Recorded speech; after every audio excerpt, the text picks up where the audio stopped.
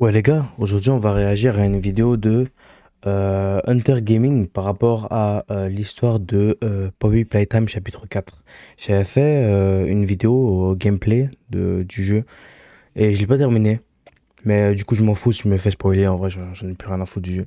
Ce dernier Let's go. chapitre de Poppy Et bien Playtime, sûr je mettrai sa chaîne en description et avant que la vidéo commence, n'hésitez pas à liker, à vous abonner, à partager, ça fera plaisir. ce dernier chapitre de Poppy Playtime est de loin le plus riche en révélations. On découvre enfin la vérité sur le passé de la fabrique de jouets, de sa création jusqu'à sa chute. Qui est vraiment le docteur et quel est son rôle au sein de la compagnie? Qu'est-ce qui a causé la fermeture prématurée de l'usine? D'où viennent Dewey, Yarnaby et les autres mascottes? Et surtout, qui sont réellement Poppy, le prototype et Elliot Ludwig, le fondateur de Playtime? Toutes ces informations sont dispersées à travers des notes, des enregistrements et l'ARG du chapitre. Tout ceci rend l'histoire particulièrement riche mais pas toujours évidente à suivre. Dans cette vidéo, j'ai rassemblé toutes ces informations pour vous raconter la sombre histoire de Poppy Playtime depuis son commencement.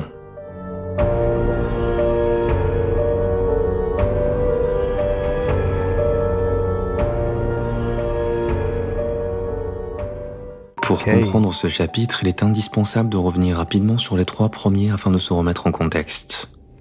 Notre histoire commence avec cette lettre et une cassette adressée au protagoniste, un ancien employé de l'usine Playtime aujourd'hui fermée. 10 ans plus tôt, un accident a causé la mort ou du moins la disparition d'un grand nombre d'employés. Cette lettre laisse pourtant entendre qu'ils sont toujours là quelque part. Pour une raison inconnue, le protagoniste retourne dans son ancien lieu de travail espérant découvrir la vérité.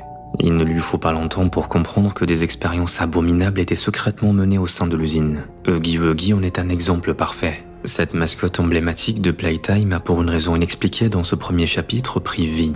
Elle se révèle extrêmement hostile. Elle se met à le traquer dans les conduits étroits de l'usine. L'ancien employé parvient de justesse à faire chuter une caisse sur la créature, ce qui la précipite dans le vide. Les traces de sang qu'elle laisse derrière elle prouvent qu'elle était bel et bien vivante. Ah ouais. Avant d'entrer dans une installation tenue secrète, le protagoniste découvre un enregistrement mentionnant une expérience baptisée 1006. Son objectif? Mais Concevoir une... attends, ça veut dire le chapitre un tu peux... Il y a plus... Attends, ça c'est vraiment dans le chapitre un. Mais j'avais pas vu ça. Moi, chapitre un quand je me faisais prendre par le monstre, je pensais que c'était la fin. Je suis con. Avant d'entrer dans une installation tenue secrète, le protagoniste découvre un enregistrement mentionnant une expérience baptisée 1006. Son objectif? Concevoir une créature encore plus prometteuse que Gyugi. Elle est appelée le prototype, une entité si intelligente qu'elle a fini par échapper à leur contrôle. Le premier chapitre se termine sur une dernière découverte dans cette boîte. Elle renferme un autre jouet phare de l'entreprise, Poppy, l'une des toutes premières créations de la fabrique. Comme Huggy, elle est vivante et une fois libérée, elle s'échappe immédiatement. Le deuxième chapitre se concentre sur les origines de Playtime et de son fondateur Elliot Ludwig, un homme brillant, bienveillant et qui pourtant la vie a été marquée par le chagrin. Ludwig a connu le divorce, mais surtout il a été brisé par la perte d'un proche. On ignore à ce stade qui était cette personne, mais cet événement n'a fait que renforcer sa générosité et sa volonté d'apporter du bonheur aux autres. Aux yeux du grand public, Ludwig était un idéaliste. Pour lui, rien n'était plus important que l'amour et la joie, en particulier lorsqu'il s'agissait d'enfants. Tout le monde, y compris ses employés, continue de le percevoir ainsi même après sa mort aujourd'hui. Alors que le protagoniste s'enfonce dans l'installation, il se retrouve face à Mommy Longlegs, une autre mascotte, aussi maternelle avec les enfants qu'elle est impitoyable envers les adultes. Ça fait bien 10 ans qu'elle n'a pas vu d'humain et elle sait que le protagoniste cherche un moyen pour s'échapper. Elle lui propose une série de jeux pour s'amuser. S'il est réussi, elle lui donnera le Ça, c'était tellement chiant, par code contre. nécessaire pour démarrer le train qui le mènera vers la sortie. S'il échoue, en revanche, c'est la mort. N'ayant d'autre choix, il accepte. C'est alors que l'on découvre que ces jeux n'étaient pas de simples distractions pour les enfants, mais de véritables tests. Chaque épreuve visait à mesurer leur mémoire, leur temps de réaction et leur aptitude physique. Des scientifiques étaient postés à des endroits stratégiques pour analyser ces résultats. Un lien entre ces enfants et les mascottes se dessine évidemment. Peut-être qu'un dernier test aurait été nécessaire. Un test qui mettrait à l'épreuve leur esprit d'analyse et leur stratégie. En cas Star Rail serait parfait. Ah là là. Et en cas avec un On va Python skipper ça. créé la puissance Mais wesh. et mobile. Mais frérot. En particulier, Mais, il attire les petits. Mais de c'est ma jeu, gueule. ma toute première. Revenons désormais à notre station de jeu. Une fois les épreuves réussies, Mommy Langlegs entre dans une colère indescriptible et se met à traquer le protagoniste. Elle ne s'attend clairement pas à sa riposte. Il la tire vers le broyeur et elle finit piégée à l'intérieur. Après sa mort, une main robotique surgit pour s'emparer de ses restes. C'est celle du fameux prototype. Il a une particularité fascinante. Il peut intégrer des mascottes à son propre organisme pour se renforcer. Peu importe, la priorité du protagoniste reste de monter à bord de ce train pour enfin rentrer chez lui. Poppy intervient à ce moment-là et détourne le train. Elle explique qu'il est bien trop précieux en parlant de l'ex-employé pour qu'elle le laisse partir. Une lutte s'engage pour le contrôle de l'engin qui finit par dérailler et s'écraser dans une autre partie de l'installation. Le protagoniste reprend connaissance dans cette nouvelle zone de l'usine, un endroit étroitement surveillé par Catnap, une mascotte particulièrement redoutable à cause du gaz qu'elle dégage. Il endort ses victimes et provoque des hallucinations. Le protagoniste en fait l'amère expérience d'ailleurs. C'est alors qu'un jeune garçon nommé Holly entre en contact avec lui par téléphone. Il lui assure qu'il va l'aider à s'échapper en le guidant à distance. Ne connaissant ni la zone ni ses ennemis, l'ex-employé accepte son aide. Le lieu principal de ce chapitre est Playcar, un orphelinat construit sous la direction de Ludwig pour offrir aux enfants un cadre de vie idéal. Ils avaient tout ici. Nourriture, éducation, soins médicaux, soutien psychologique, etc., etc. Juste de quoi parfaire encore davantage l'image bienveillante d'Elliot, n'est-ce pas? Un enregistrement vient semer le doute. Un jour, le corps sans vie d'un enfant a été retrouvé dans sa chambre. Certains voient là une preuve accablante contre Ludwig. Ses fidèles pensent plutôt à un coup monté par ses détracteurs pour ternir sa réputation. On apprendra plus de choses sur lui plus tard. Le problème majeur pour quitter cet endroit est le suivant. Le gaz de Catnap bloque l'accès à la sortie. Ce gaz servait autrefois à endormir les enfants afin de faciliter certaines manipulations. Pour se frayer un chemin, il faut le détourner vers une autre zone grâce à cette machine. Pendant que le protagoniste s'affaire à sa tâche, il est interrompu par Poppy accompagné de Kissy Missy. Cette fois-ci, les deux se présentent comme des alliés. Poppy lui révèle que le véritable danger dans l'usine n'est autre que le prototype. C'est lui qui l'aurait enfermé dans la boîte pendant 10 ans. C'est lui aussi qui aurait poussé les mascottes à la rébellion, ce qui a causé la chute de l'usine. Pour elle, il doit être détruit. Une nouvelle fois, la priorité du protagoniste reste de sortir de là en déviant le gaz. Dans une autre partie de l'orphelinat, il rencontre Dog Day, une mascotte rebelle qui a refusé d'obéir au prototype. Ce refus lui a coûté cher. Il a été réduit à l'état misérable dans lequel il se trouve aujourd'hui. Il révèle un élément crucial. Catnap est le plus fidèle serviteur du prototype. Son dévouement est total car il lui a sauvé la vie un jour bien avant de devenir ce jouet. Catnap était un humain donc, un jeune garçon nommé Théodore. Toutes les mascottes globalement ont pour origine un être humain, un enfant de l'orphelinat plus précisément. La dévotion de Catnap est prouvée dans la dernière partie du chapitre. Alors que le protagoniste et Poppy sont sur le point de rétablir le courant, Catnap surgit d'une embuscade bien décidé à les capturer et à les offrir au prototype. L'ancien employé riposte à nouveau. Il détourne son grappac en le chargeant d'électricité et porte le coup fatal au gros félin. Une fois encore, le prototype intervient. Non pas pour attaquer, mais pour récupérer le corps de son fidèle. Catnap s'abandonne à lui de son plein gré. Les deux nouveaux alliés activent enfin le mécanisme et détournent le gaz. Avant de quitter Playcar, Poppy révèle une nouvelle vérité. La disparition des employés était en réalité un massacre. On appelle l'heure de joie. Ce jour-là, toutes les mascottes ont lancé une attaque coordonnée sur l'ensemble de l'installation. C'est le prototype qui les a influencées à lancer l'attaque. Elles se sont retournées contre leur créateur, poussées par une haine dévorante. Aucune distinction. C'était quoi ça? Se sont retournées contre leur créateur, poussé par une haine dévorante. Aucune distinction n'a été faite entre coupables et innocents. D'innombrables employés ont été massacrés. Leurs corps n'ont pas juste disparu. Ils ont été stockés dans les profondeurs de l'usine servant de réserve de nourriture aux jouets. Le souci, c'est que cette réserve s'est épuisée aujourd'hui. Cet événement remonte à il y a 10 ans et les mascottes ont terriblement faim. Depuis ce jour, Poppy n'a qu'un seul objectif, se venger du prototype d'avoir orchestré tout ça. Elle compte sur son nouvel allié pour y parvenir. Poppy et le protagoniste montent à bord du mont de charge pour descendre encore plus profondément dans l'usine. Kissy Missy reste à la surface pour activer le mécanisme. Pendant que Poppy expose la suite du plan, Kissy est attaqué par une entité inconnue. La trappe du mont de charge se verrouille avant que les deux nouveaux alliés puissent faire demi-tour. Ils sont ainsi condamnés à descendre plus bas. C'est à partir de là que le chapitre 4 prend le relais. Ok, parce que moi j'avais pas terminé le chapitre 3. Je sais pas pourquoi. Je joue au 4, mais j'avais pas terminé le 3, mais... C'est à partir de là que le chapitre 4 prend le relais. Poppy prend la décision de trouver seul un moyen de remonter à la surface pour aider Kissy. Elle conseille à son nouvel ami de continuer seul. Plus loin, des alliés seront là quelque part pour l'aider.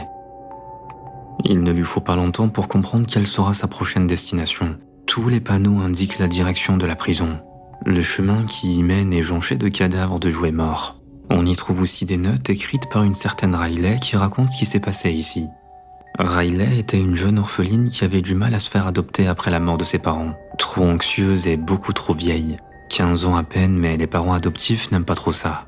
Elle était tellement heureuse d'attirer l'attention des scientifiques qu'elle pensait être de son côté.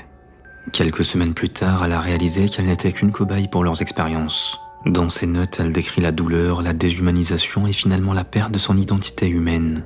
Elle était devenue qu'un jouet parmi des milliers de jouets vivants dans cette prison. Avant de perdre totalement conscience, Riley a tenté une dernière chose. Avaler la clé du train qui mène les enfants jusqu'ici afin d'empêcher l'arrivée de nouvelles victimes. Elle est trouvée dans ce qui reste de Riley. Cette clé est essentielle pour sortir d'ici aujourd'hui. Avant de monter à bord du train, une cassette décrit ce que vivaient les gardes chargés de surveiller ce qu'ils pensaient être des bêtes.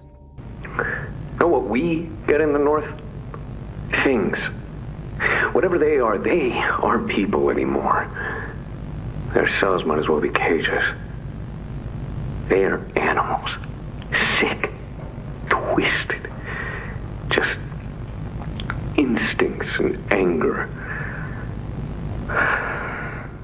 Le protagoniste monte dans l'une des cellules du train pour poursuivre son chemin. Pour la première fois, il fait la connaissance de l'un des grands antagonistes de ce chapitre, le docteur matérialisé par cet œil. Il lui explique qu'il l'observe depuis la seconde de son entrée dans l'usine et qu'il contrôle absolument tout ici. Il lui propose de jouer un peu histoire de se divertir. There are no places you can hide. Not from me.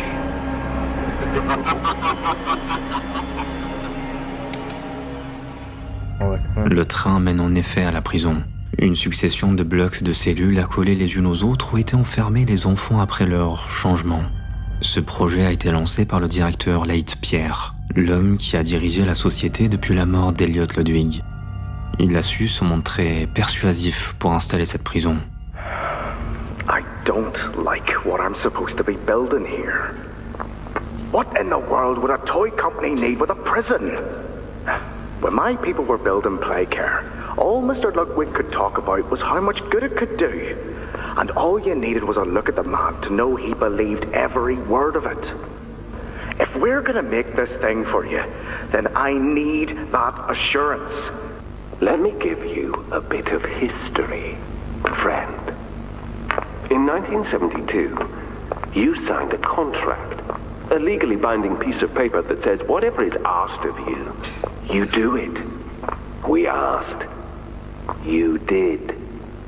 Your name rests at the bottom of that document, and I remember because it was the ugliest bit of cursive I've ever seen. So now you do the work, because we've given you a directive. Mr. Ritterman, we're near the... Yes. Yes, we are. All of us are. On a ledge. Alors que le protagoniste cherche un moyen de s'échapper, le docteur lance sa première épreuve. Ça vraiment c'était horrible. Survivre aux attaques de ces petites créatures. Le seul moyen de réussir ce test est de rester en vie assez longtemps jusqu'à ce que le docteur soit satisfait de son divertissement. L'ex-employé s'enfonce un peu plus profondément, aidé plus ou moins efficacement par Oli. Il essaie tant bien que mal d'aider, mais la communication se fait mal. Le protagoniste parvient malgré tout jusqu'au hall principal de la prison. Il se fraye un chemin parmi les décombres, résolvant les énigmes sur son passage jusqu'au bloc de cellules rouges. C'est là que les enfants perturbateurs étaient gazés par Catnap. Étant donné que notre masque à gaz a été détruit dans le chapitre précédent, il faut vite comprendre comment fonctionne le système de ventilation pour réussir à refermer le circuit. S'il respire le gaz un peu trop longtemps, alors c'est la fin. Le docteur établit le contact pour la deuxième épreuve. Yarnabi, c'est son jouet le plus fidèle. Il le lâche dans l'installation et nous nargue en nous souhaitant bonne chance. On découvrira son histoire dans un instant, mais il est impossible de vaincre Yarnabi frontalement.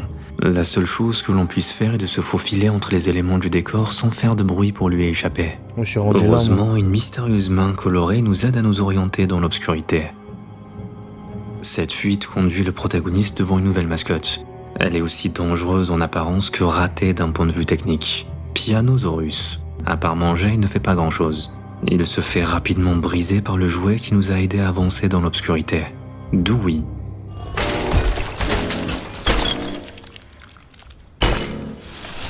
Ah ouais, quand même.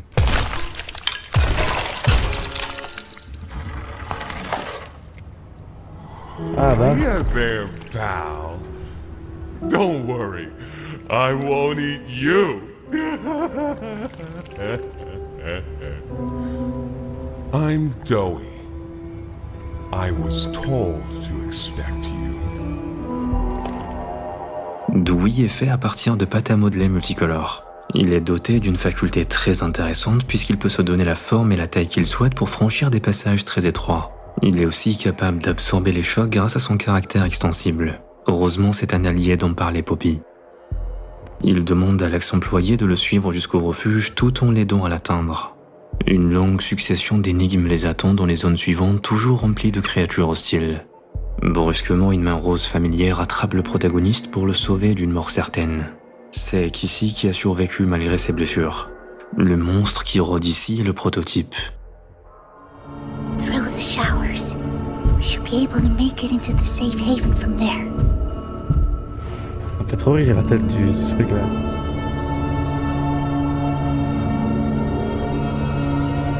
When I say so, we go. Les trois finissent par arriver au refuge, une zone fortifiée construite par les scientifiques initialement en cas d'urgence. Aujourd'hui, elle est détournée par les jouets alliés pour échapper aux griffes du prototype, de ses sbires et bien entendu du docteur. Le refuge a son propre réseau électrique, ce qui empêche le docteur d'interférer ici. Les jouets qui vivent ici sont sous la protection de Dewey depuis ces 10 dernières années. Initialement, c'était Poppy, mais elle a été enfermée dans la boîte. Leurs retrouvailles devront attendre car Dewey part patrouiller la zone pour éloigner le prototype. Poppy en profite pour faire une nouvelle révélation et dévoiler la suite de son plan. Elle savait pertinemment que l'heure de joie allait arriver, mais elle n'a rien fait. Les orphelins encore non transformés n'ont pas été tués. Ils ont été capturés, endormis et placés quelque part sous la surveillance du prototype. Sa solution pour arrêter tout ça est pour le moins radicale. Placer des explosifs sur les fondations de l'installation, dévier le gaz de catnap et y mettre une étincelle. L'explosion qui en résulterait réduirait Playtime en cendres certes, mais eux aussi mourront. Pour elle, c'est un sacrifice nécessaire. Le docteur et le prototype gagnent en puissance et si personne ne les arrête maintenant, qui sait ce qu'ils feront une fois à l'extérieur. Les autres jouets du refuge ne font pas totalement confiance à Poppy. Son absence depuis l'heure de joie leur paraît beaucoup trop suspecte. Et si ce n'était pas le prototype qui l'avait enfermé comme elle le prétend? Plus tard, Dewey prend le protagoniste à part pour l'informer de quelque chose. Celui que l'on appelle le docteur s'appelle en réalité Harley Sawyer. C'est lui le scientifique à l'origine du projet de création de jouets vivants. Grâce à l'omnimain en sa possession, il a un contrôle total sur l'usine. Elle donne tous les accès et autorise chaque protocole. Dewey est convaincu que Sawyer collabore avec le prototype. Une chose lui échappe toutefois, Poppy. Il ne comprend pas vraiment ses intentions. Contrairement à elle, lui considère les jouets comme des personnes à part entière. Il veille sur eux depuis des années alors que Poppy, elle, était absente. Il propose une autre solution. Affronter le docteur pour lui voler son omnimain. Avec ça, il pourrait reprendre le contrôle et vaincre le prototype. L'ex-employé est face à un choix. Détruire l'usine ou affronter Sawyer pour l'omnimain. Deux stratégies qui mènent au même endroit. Mieux vaut commencer par le docteur et voir ce qui se passe. Le chemin jusqu'à lui est semé d'énigmes complexes et pour ne rien arranger, Yarnabi rôde. Il est toujours impossible de l'affronter directement. Le seul moyen d'avancer est d'alimenter 3 stations électriques en reliant correctement les circuits. Le moindre bruit attire immédiatement son attention. L'origine de Yarnabi, comme celle de bien d'autres, est racontée à travers des documents du jeu et surtout dans l'ARG du chapitre. Il était autrefois un orphelin, Quinn Davidson, un enfant solitaire, instable et qui s'amusait à arracher la tête de ses jouets. Rien d'exceptionnel dans ses tests physiques et psychologiques jusqu'à ce qu'il rencontre le docteur Sawyer. Le docteur l'a pris sous son aile, l'a manipulé pour qu'il révèle son véritable potentiel. Quinn s'est comme attendu surpassé. Il était exceptionnel dans les épreuves physiques. Le docteur a vu en lui l'hôte idéal pour l'expérience Yarnaby. Après sa transformation, la créature a montré une loyauté sans faille envers le personnel et surtout envers Sawyer. Ce dernier a vite compris qu'il pouvait la façonner selon ses volontés. Il l'a alors isolé et interdit à quiconque de s'en approcher. Yarnaby a été dressé pour développer une dévotion inflexible envers son créateur. Le docteur a ainsi créé le garde du corps parfait. Aujourd'hui, son histoire touche à sa fin. Le protagoniste parvient à contourner les pièges et précipite l'orphelin dans les flammes. Immédiatement après, le docteur enclenche une nouvelle épreuve, une fuite de gaz cryogène. Ce gaz est le point faible de Dewey. Il perd son élasticité et devient vulnérable. Nous sommes chargés d'explorer la zone afin de trouver un moyen pour refermer les circuits. En parallèle, le docteur s'amuse avec les circuits électriques grâce à son omni-main pour perturber la progression. Il réussit à provoquer un court-circuit sur le Grapax qui fait chuter l'ex-employé dans un labyrinthe. Le terrain de jeu de Baba, une chasseuse impitoyable toujours créée par Sawyer. Ici, il faut dévier le gaz de catnap à l'aide de différentes commandes qu'il faut connecter. Le puzzle n'est pas si simple avec la chasseuse qui traque l'intrus sans relâche. Chaque énigme néanmoins mène au même résultat. La destruction des organes du docteur disséminés à travers les zones. Il devient évident qu'il n'a plus rien d'humain. Une note trouvée ici explique que ce sont les membres de la direction qui sont responsables de son état. Il en fait devenir ce qu'il est volontairement. Je reviendrai sur son histoire dans un instant. Avant d'arriver à lui, il reste une dernière épreuve, un dilemme à surmonter. Pour sortir du labyrinthe, il faut effectuer un dernier branchement.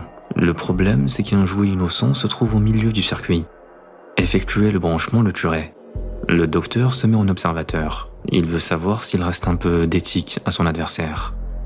Il existe un moyen de s'en sortir tout en épargnant la créature, mais ça demandera un peu plus d'effort. La tuer, en revanche, satisfera pleinement Sawyer. Quelle que soit la décision, le protagoniste parvient jusqu'à la salle où se trouve le docteur.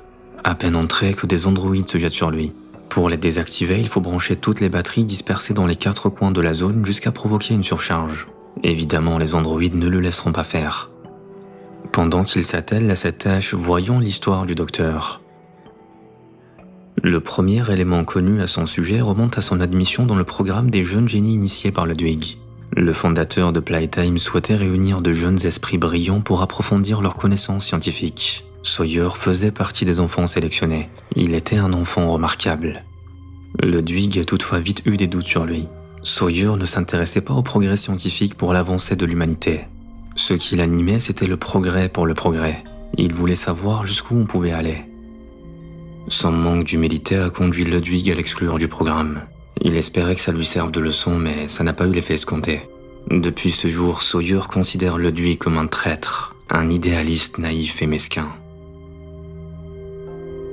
Des années plus tard, bien après la mort de Ludwig, Sawyer a été recruté par le nouveau directeur Pierre. Ce dernier était confronté à de graves difficultés financières et avait besoin d'une solution pour redresser la compagnie. Sawyer s'est présenté comme l'homme de la situation. Son idée était de développer un projet qui réduirait drastiquement les coûts. Réduire les coûts de production, de maintenance, de personnel, etc. My name is Harley Sawyer. I'm called the Doctor. When I look at this company we've built, I do not feel proud. Declining profits, failed experiments, people are constantly seeing things they shouldn't. How is that anything less than complete failure on our part? It's pathetic. Now we're understaffed. Safety protocols are being abandoned. Workplace incidents are common.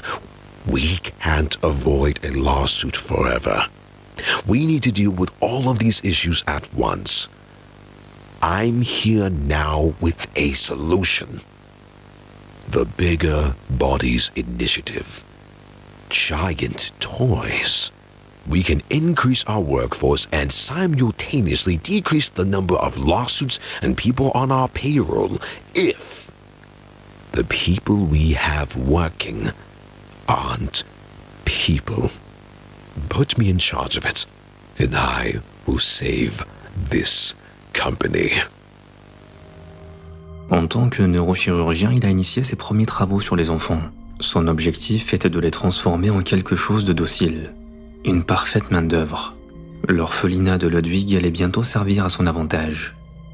Il a commencé par concevoir la station de jeu du chapitre 2, là où les enfants étaient soumis à une série de tests. Ceux qui réussissaient étaient ensuite envoyés à l'orphelinat, là où commençait leur conditionnement pour l'opération finale. Pour les cas les plus difficiles, une prison a été aménagée. Les enfants étaient cruellement enfermés jusqu'à ce que leur conditionnement soit achevé. Ainsi sont nés tous les jouets vivants. Chacun avait un objectif bien précis. Huggy assurait la sécurité de l'usine. Mommy Longlegs gérait la station de jeu. Boxy Boo, particulièrement agressif, éliminait les intrus trop curieux. Yarnaby était le garde du corps du docteur et ainsi de suite. Un seul événement a suffi à mettre un terme à l'ascension de Sawyer. Un mystérieux accident survenu au théâtre. Peu d'informations sont connues à ce sujet, mais ça a conduit à une enquête très approfondie par les autorités. Le public a failli découvrir ce que la fabrique faisait. Fou de rage, le directeur Pierre a engagé un enquêteur privé pour identifier le coupable. Toutes les preuves ont désigné Sawyer. We can't kill him, Eddie. Why not?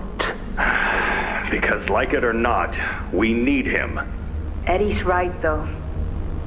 Sawyer can't keep leading this project. So we just ask him to step down? Take a demotion? No, but... I'm not disagreeing. Huggy Loose in the woods, that business with Catnap, the whole Stoll thing. And half a dozen other incidents. Right. And all of that pales in comparison to the theater incident. So, we can't kill the son of a bitch, but we need to knock him out of the equation. What do we do? There is one thing I can think of. L'ironie, c'est que Sawyer a été soumis à ses propres méthodes pour se transformer en l'entité qu'il est aujourd'hui. Ses organes vitaux sont maintenus artificiellement en vie et sa conscience est projetée dans le réseau de la compagnie. Ils ont fait de lui une sorte d'assistant intelligent pour les aider. Oh, it looks like he's waking up.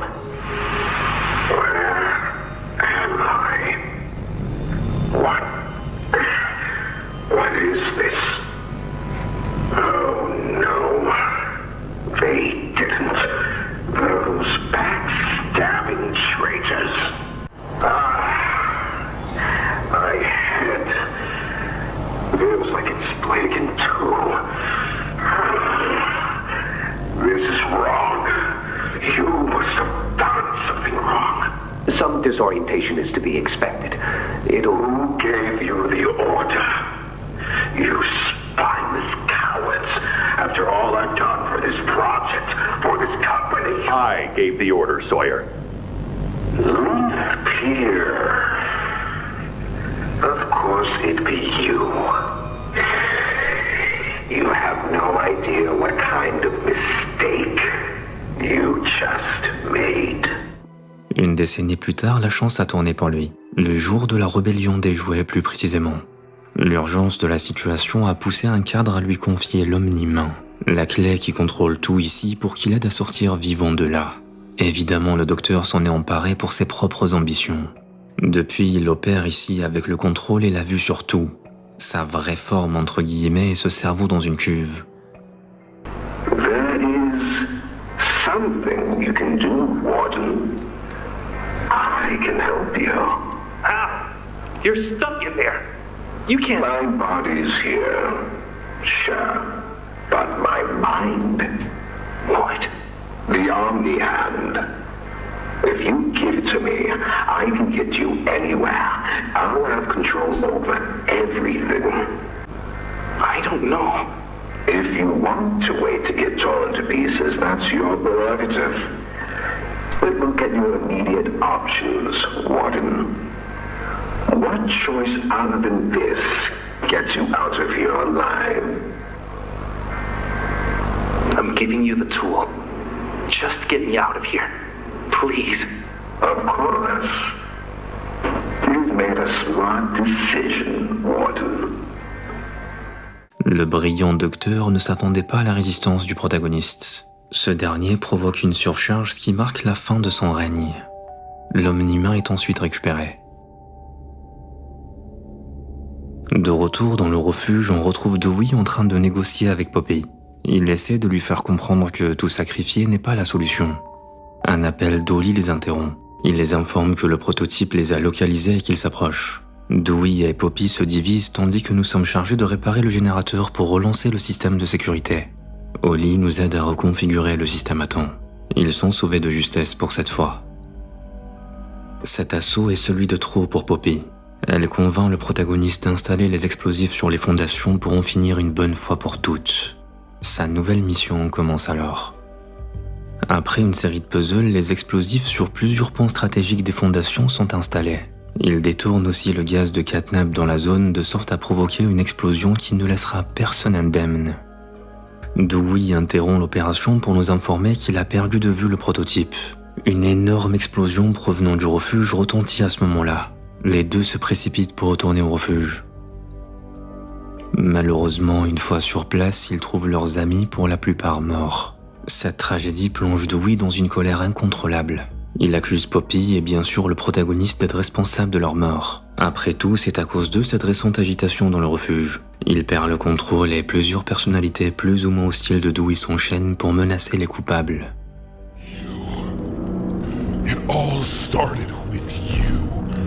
You and her. It was you who ruined everything! No, that's not true. They jump-started the generator. They destroyed everything! I'll kill you!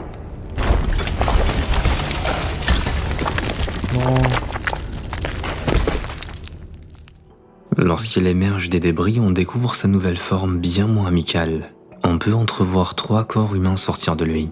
Ce sont les 3 orphelins sacrifiés pour permettre sa création. L'ex-employé s'enfuit vers la zone de construction dans l'espoir de lui échapper. Il connaît bien le point faible de Dewey. C'est le froid. Pour le vaincre, il faut déjà réussir à le geler avec le gaz.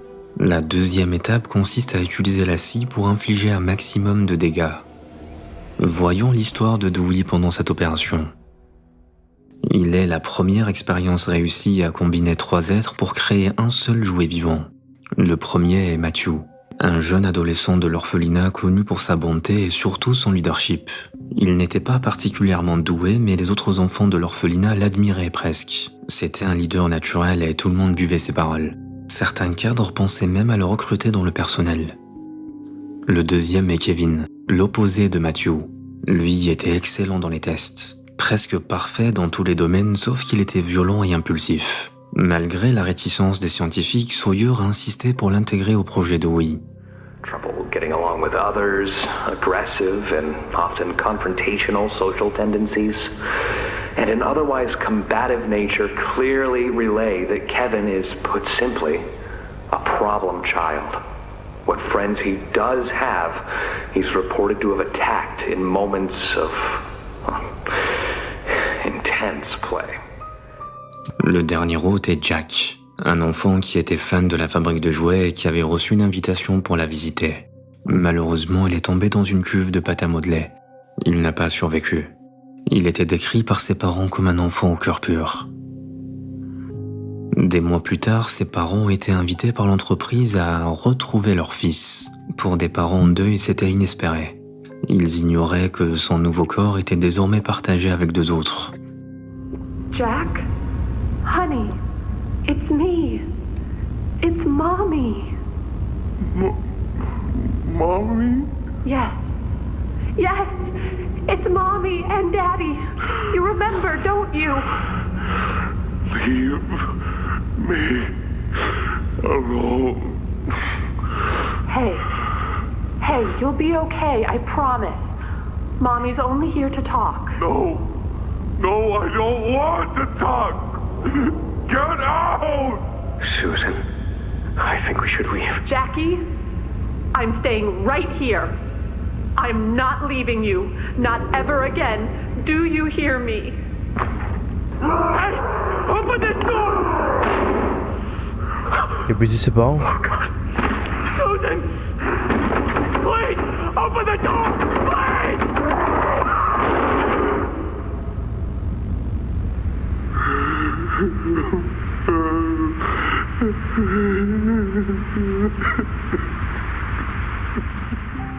Dewey vit avec ses trois personnalités. Lorsque la personnalité de Kevin prend le contrôle comme c'est le cas aujourd'hui, il n'y a pas grand-chose à faire à part se défendre.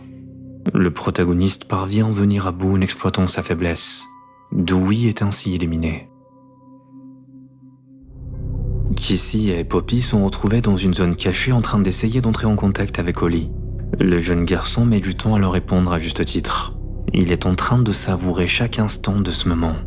Il s'avère qu'Holly est mort depuis un moment déjà. Celui qui est au téléphone et qui fait semblant de les aider n'est autre que le prototype. Comme on le savait déjà, il sait imiter n'importe quelle voix. Il leur explique qu'il détient maintenant les détonateurs et qu'il va s'en servir contre eux. Poppy, terrifiée par ce qu'il pourrait lui faire, s'enfuit et laisse ses deux acolytes derrière elle. Au moment de l'explosion, Kissy projette le protagoniste au fond de l'installation pour le protéger, mais elle reçoit toute la force de l'explosion à sa place. Ça lui coûte son bras. À nouveau seul, l'ex-employé avance dans le laboratoire où il est tombé. Le laboratoire originel. Celui où est extrait la substance qui permet toutes ses créations. Elle est dans ses fleurs de pavot coquelicot. Le Duig a vu en elle une chance de ressusciter le membre perdu de sa famille. Avant d'aller plus loin, il y a une cassette secrète qui nous en dit plus sur cette personne. Il s'agissait de sa fille. Sa fille n'est autre que Poppy. I wish you were here, Dad. I could really use one of your talks right about now. You'd know what to say. When you were running this place, you always knew what to say. I miss you. D'une manière ou d'une autre, l'expérience du père a réussi. Le protagoniste pénètre dans ce laboratoire. Un pré-enregistrement du directeur Pierre se déclenche pour l'informer que pénétrer dans cette zone active une alarme. Ce n'est qu'une question de temps avant que les membres de la sécurité ne viennent le neutraliser. C'est justement à ce moment qu'un fantôme du passé refait son apparition.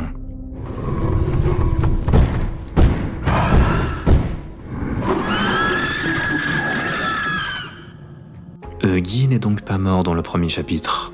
Il est et reste le jouet dédié à la sécurité de la fabrique comme l'a voulu Sawyer. Ainsi se clôture ce 4e chapitre. Nous avons beaucoup appris sur l'origine de ces créations et sur les tensions au sein de la direction qui ont conduit à la chute de la compagnie. Le prototype est la dernière pièce du puzzle. J'espère que le chapitre 5 nous en dira plus. En attendant, merci vraiment d'avoir suivi cette histoire jusqu'au bout. Si elle vous a plu, alors merci aussi de laisser un pouce bleu pour le soutien. Et nous, on se dit à la prochaine. C'est vrai qu'ils ont annoncé le chapitre 5. Par contre, ils ont pas dit quand ça sortira. Par contre, ils l'ont toujours pas dit. En tout cas, je me suis fait spoil la fin du chapitre 4, mais je m'en fous. Du coup, j'avais même plus envie de jouer. Quand j'ai vu la difficulté du truc, je me suis dit, nique sa mère, je joue même pas. J'ai même plus envie de savoir j'ai même plus envie de jouer en fait. Et voilà. En tout cas, j'espère que vous avez kiffé. N'hésitez pas à liker, à vous abonner, à partager. Je me mettrai bien sur la chaîne de Hunter Gaming en description. Sinon, les frères, ciao.